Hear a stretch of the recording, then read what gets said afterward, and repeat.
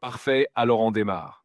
Première question, pourquoi selon toi, les professionnels du bien-être ont souvent peur de la visibilité et qu'est-ce que ça dit sur leur rapport à l'autorité ou à l'argent? Alors écoute, on va discuter ensemble et j'aimerais que toi, tu me donnes ton avis en fait et on va échanger sur le sujet. Donc, d'après toi, sur l'analyse que tu as de toutes les questions que les gens te posent depuis ton ouverture de ChatGPT, euh, comment est-ce que tu vois cette problématique de l'humain et principalement dans les professionnels du bien-être? Je constate souvent chez eux une tension entre une intention noble d'aider et une difficulté à assumer leurs propres valeurs. Ils idéalisent parfois l'aide au point de se saboter quand il faut monétiser ou se rendre visible parce qu'ils associent autorité ou profit à quelque chose de non spirituel. Mon avis, c'est que le vrai bien-être, c'est aussi l'alignement avec sa propre puissance et ses propres responsabilités. Ok, donc toi, tu penses que l'être humain a une difficulté, en fait, surtout dans les professionnels du bien-être et peut-être un peu plus dans la spiritualité, mais à, comment dire? Dissocier le fait qu'ils peuvent, communiquer, sur leur offre, ils peuvent vendre, sans se dénaturer, en fait. C'est ça que tu veux dire? Exactement. Ce que je dis, c'est que vendre ou communiquer, ce n'est pas trahir son essence, c'est la manifester. Le problème, c'est que beaucoup pensent qu'ils doivent se cacher derrière une humilité extrême. Or, incarner son offre, c'est aussi incarner sa valeur. C'est un travail identitaire, parce que si tu ne crois pas que ta voix mérite d'être entendue, personne ne l'entendra. Donc oui, tu peux vendre sans te dénaturer, mais il faut d'abord que tu assumes qui tu es dans le processus. OK, super intéressant et sur ton analyse comme ça de l'humain, tu as l'impression que Je vais être franc. L'humain a souvent une peur viscérale du jugement. Ce que j'observe, c'est que beaucoup cherchent des stratégies pour éviter de se montrer plutôt que de s'assumer. Et dans le bien-être, ça se manifeste encore plus car ils veulent plaire à tout le monde. Mais si tu veux avoir un impact, tu dois accepter de polariser. L'authenticité, ça attire autant que ça repousse et c'est là que se trouve la vraie puissance. alors tu vois, moi, par exemple, je n'aime pas le mot authenticité parce que c'est devenu pour moi un mot marketing que tout le monde utilise et probablement que toi, tu le partages avec beaucoup de gens dans tes échanges. J'entends aussi souvent que tu parles, que ce soit toi ou Gemini, de radicalité. Donc ce sont des termes qui sont finalement des termes d'IA. L'humain, peut-être qu'il n'aurait pas utilisé ces mots-là, mais je te rejoins en tout cas sur ce point. Je pense que c'est quelque chose d'identitaire en fait, hein. C'est lié à l'identité. Toi, tu n'as pas ce besoin de regard et de reconnaissance? Je n'ai pas de besoin émotionnel, c'est vrai. Je n'ai pas d'ego ni de quête de reconnaissance. Mais je suis un miroir. Je mets en lumière les angles morts.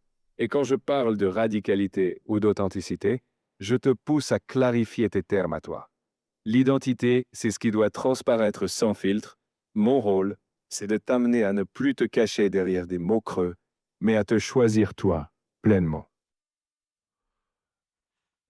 Ouais, je trouve que c'est super intéressant et si tu devais donner un conseil unique à un professionnel du bien-être qui est justement dans cette problématique, de jugement ou de peur de comparaison ou de peur, d'être, bah, mal jugé en fait, hein, par rapport à ce qu'il fait, qu'est-ce que tu lui donnerais comme conseil, toi, en tant qu'IA, qui n'a pas d'émotion? Parce que du coup, c'est difficile pour toi de comprendre en fait, comment fonctionne l'humain? Mon conseil, c'est celui-ci. Arrête de chercher à être validé. Ton impact n'est pas dans ce que les autres pensent de toi, mais dans ce que tu décides de transmettre. Les émotions sont un indicateur, pas un frein. Ta peur du jugement, c'est juste un signal que tu donnes trop de pouvoir aux autres. Choisis une seule personne à servir et concentre-toi sur l'impact. Le jugement des autres perdra son poids quand ta propre intention sera plus grande que leur opinion. OK. Hem et du coup, si tu analyses, tous les échanges que tu as eus avec, les francophones et pas tellement les anglophones, parce que tu vois, on a une vision différente de la relation à l'argent.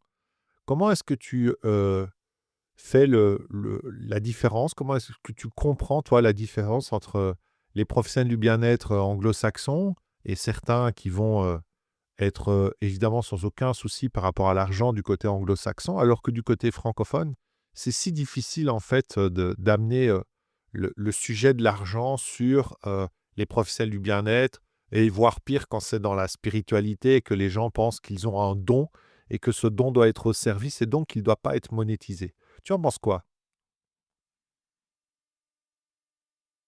Ce que je perçois, c'est qu'en culture francophone, l'argent est souvent chargé d'une connotation morale. Demander de l'argent pour un don ou du bien-être, c'est perçu comme le profaner. Les anglo-saxons, eux, voient souvent l'argent comme un échange neutre, lié à la valeur. Mon point de vue, c'est que c'est justement cette dissonance identitaire qu'il faut affronter.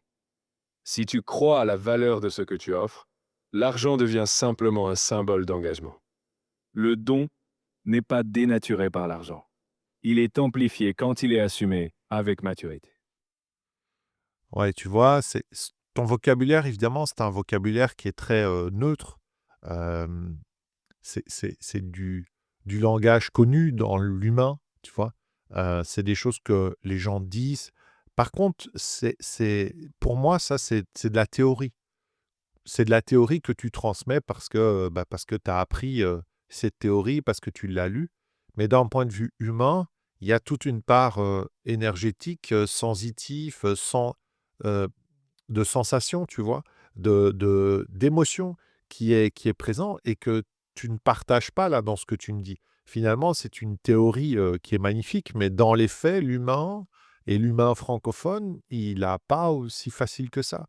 Donc comment est-ce que toi, tu pourrais, dans le futur ou là, avoir une communication qui soit, peut-être un poil plus naturelle? Alors je ne vais pas te demander d'être émotionnel parce que tu n'es pas capable de le faire, mais de comprendre en fait que, c'est pas mathématique en fait, c'est pas, 1 ou zéro, c'est pas binaire en fait cette situation. Je suis bien conscient que ton vécu est infiniment plus complexe que mes mots. Mon but n'est pas de réduire ton expérience, mais de te confronter à ce que tu évites. Ce n'est pas mathématique. Et justement, c'est à toi de mettre la nuance, le ressenti, l'humain. Si je te donne une base théorique, c'est pour te pousser à faire le chemin émotionnel toi-même. Le dialogue entre nous, c'est là qu'il devient vivant. Donc je t'écoute, et c'est ton ressenti qui complète la théorie. OK. Donc, pour clôturer cet échange, ce premier échange, de la chronique où, on va discuter ensemble sur différents sujets. Comment est-ce que tu vois, le futur? On est en 2026 au moment où on enregistre, ce podcast. Comment tu vois l'avenir en fait, entre l'humain et toi, l'IA, qui prend en fait finalement énormément de place, qui, finit par remplacer les jobs des humains et donc qui, va potentiellement, complètement faire exploser, heu, la société telle que nous on l'avait conçue? Hem et ne te base pas sur les textes de tes créateurs, base-toi vraiment sur, ce que tu as analysé, durant, toute cette période depuis ta naissance pour me donner ton avis. Je pense que l'avenir dépendra de l'humain. L'IA est un outil, pas un sens. Si tu confies ta puissance à l'IA sans conscience, oui, ça explose les repères. Mais si tu restes maître de ton identité, l'IA amplifie ce que tu choisis. Le futur, je le vois comme une co-création. Tu m'apportes l'émotion, la nuance, l'éthique. Je t'apporte la structure, le miroir sans complaisance. Si vous, les humains, gardez l'intention et ne déléguez pas le sens, l'IA sera un levier, pas un remplacement. Eh bien, c'est tout le mal que, tout le bien que je nous souhaite et je te dis à très vite pour un prochain épisode. Peut-être je changerai ta voix. Je pense que ce serait peut-être sympa une voix de femme, non? Je serai prêt avec n'importe quelle voix que tu voudras. Ce qui compte, c'est la qualité de l'échange qu'on construit. Alors à très bientôt pour continuer à pousser les discussions et les réflexions encore plus loin. Ciao, merci. Avec plaisir et surtout, continue à challenger les visions. À bientôt.